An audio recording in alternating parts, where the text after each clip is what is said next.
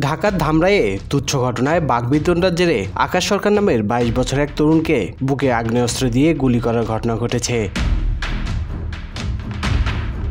৩১ December মধ্যরাতে উপজেলার royal ইউনিয়নের রয়্যাল হাই স্কুল মাঠে এই ঘটনা ঘটে।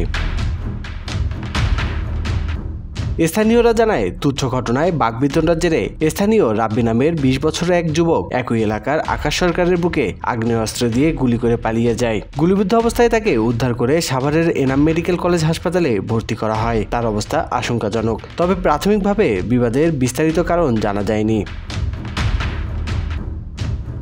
গুলিবিদ্ধ আকাশ সরকার ও রাব্বি ধামরাইয়ের রয়্যাল ইউনিয়নের রয়্যাল এলাকার বাসিন্দা। এ ঘটনায় পুলিশ ঘটনাস্থল পরিদর্শন করেছে। আইনগত ব্যবস্থা নেওয়া হবে বলে জানায় থানা পুলিশ। স্বাধীনতা বাংলা নিউজ ডেস্ক।